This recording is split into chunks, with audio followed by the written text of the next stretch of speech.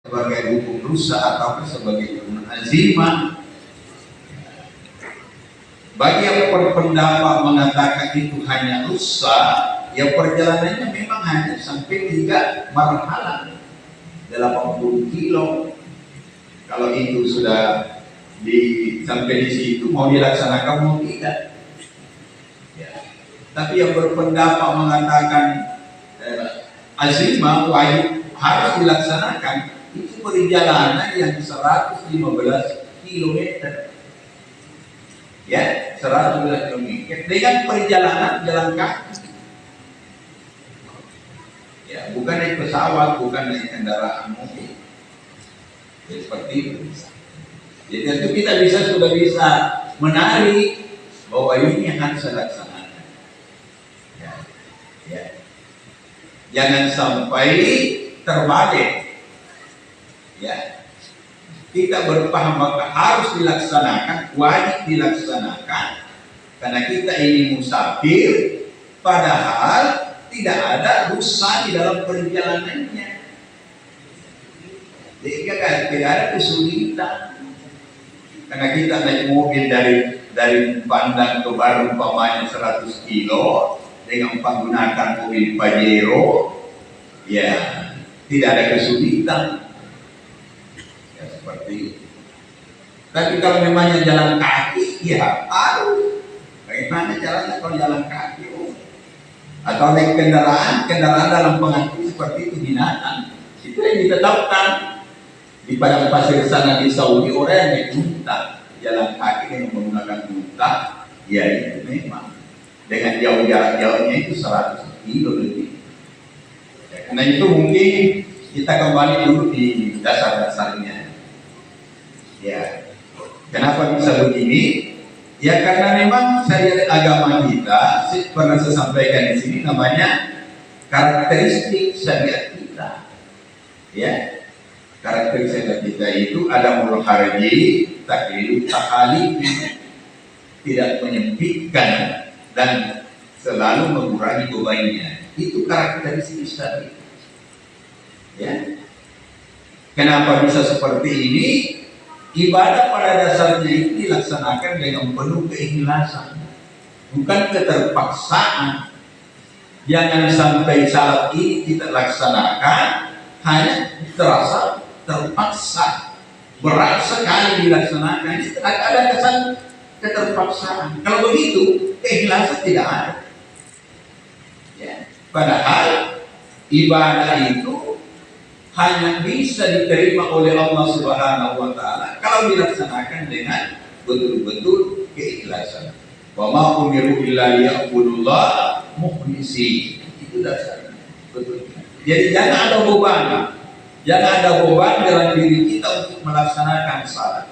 Karena itu kalau kita membuka sejarah dan hadis Rasulullah, seringkali ada di antara sahabat-sahabat Nabi sepertinya Nabi membenarkan. Ya, membenarkan. Ya, seperti yang pernah kita sampaikan di sini, ada seorang sahabat Nabi laki-laki dilaporkan oleh sama istrinya, ya Rasul, ini suami saya itu suka sekali terlepas bangun subuh. Ya, hampir matahari tadi baru bangun. Itu kebiasaannya. Lalu dilaporkan sama Nabi. Apa kata Nabi? Ya. Kalau memangnya itu seperti itu, usahakanlah kalau kamu bangun langsung salat, jangan lagi gitu. Ya. Nah kita mengatakan, salah itu sumpah jam dulu kok. Enggak. Itu artinya ada perubahan. Ya. Hanya mungkin jamaah perlu jadi paham juga bahwa jangan sampai dengan bahasa-bahasa seperti ini yang diangkat sampai menggampang-gampangkan lagi. Nah ini dijaga dulu. Ya, karena itu ulama-ulama kita kurang sampaikan seperti itu, karena dia khawatir jangan sampai jamaah memahami agama itu menggampang-gampangkan saja. Ya padahal itu sesuatu hal yang kebetulan. Ya kebetulan. Ya. Seperti dalam riwayat ada hadis bahwa Rasulullah itu pernah melaksanakan salat asar, salat duhur, hampir masuk waktu asar. Ya, kemudian setelah Nabi salat duhur, langsung salat asar. Sepertinya di kasar, di jama asar. Padahal Nabi tidak usah. Jadi ditanya Ibnu Abbas, kenapa Nabi begitu? Kenapa yang Nabi seperti itu? Apa jawabannya? Supaya agama ini tidak dianggap berat. Agama jangan dianggap berat. Jadi itu alasan. Tapi jangan sampai itu lagi yang menjadi dasar lagi. Mana kita perempuan juga. Ini mah gak ada gue pasti suku masalah. Jangan lagi. Ya, pasti ada alasan. Seperti itu. Ya jemaah maghrib dan dimudahkan Allah. Ya karena itu kita lihat beberapa alasan-alasan. Ya kalau orang bicara tentang kasar, ya di samping itu jama dan kasar dan jama.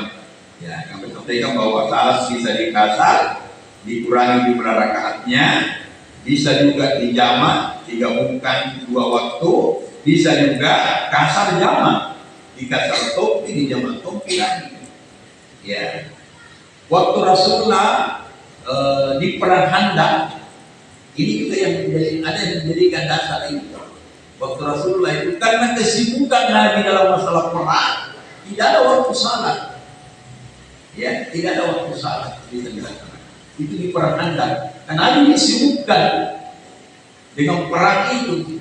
Ya, sampai Nabi tertunda semua waktu salatnya. Nanti malam Nabi malu salat duhur, asar, maghrib, isya. Saya juga itu namanya kita nampak. Sudah salat asar, salat duhur, di kamar lagi. Baru salat asar. Sudah salat asar, kamar lagi, salat maghrib, duhur, salat isya. Ya. Pasti butuh kita berdoa. Ya, artinya yang terjadi kepada Nabi ini, ya itu memang pembenaran bahwa kita bisa seperti itu. Tapi itu tadi alasan-alasannya. Nah, karena itu ulama selalu melihat ya dengan ilat apa. Ya, karena ada 2 mungkin ilat yang bisa muncul pada waktu bicara soal saat kasar jam.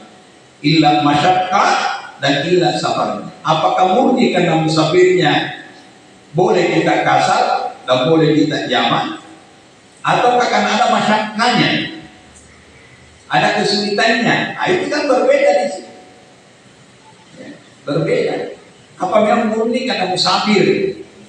Ya, kalau begitu ya asal musafir, tinggal melihat jalannya itu berapa. Ya kita bisa kasar gitu. Ataukah karena ada masyakkahnya? Jadi kalau saya musafir tidak ada masyakkah, ya untuk apa saya kasar? Untuk apa saya jamak? Kan begitu kan jawabannya. Ya, untuk apa? Ya, kalau melihat dari segi ilat masyakkah ataukah ilat musafir. Ya, karena itu di dalam usul fikih dipelajari namanya ilat. Nah, orang-orang Indonesia itu pasti tahu namanya ilat. Apa itu ilat? Sifat yang ada pada satu masalah ini. Ya, apakah karena memang sifatnya itu karena menyulitkan? Karena memang karena kita murni musafir.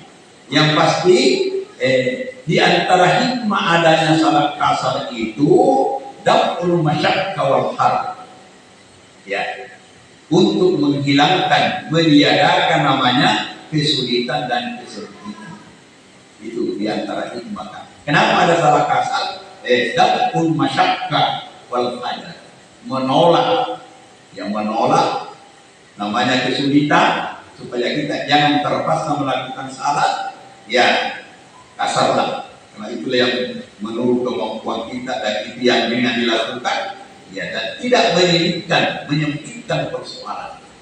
Ya, apalagi umpamanya salat maghrib, waktunya hanya 1 jam. Kita dalam perjalanan waktu nunggu. Bagaimana kalau kita 3 salat ya bisa salat dan terlambat. Ya, tapi kalau itu tidak menyulitkan ya kita jangan juga mengatakan kenapa kayak urusan dunia mau diurus. Ya baiknya tidak juga, tidak begitu agama mengajar. Jangan juga diabaikan urusan dunia kita. Ya. Jangan lagi menjadi salah itu menjadi lagi penyebab kita ini.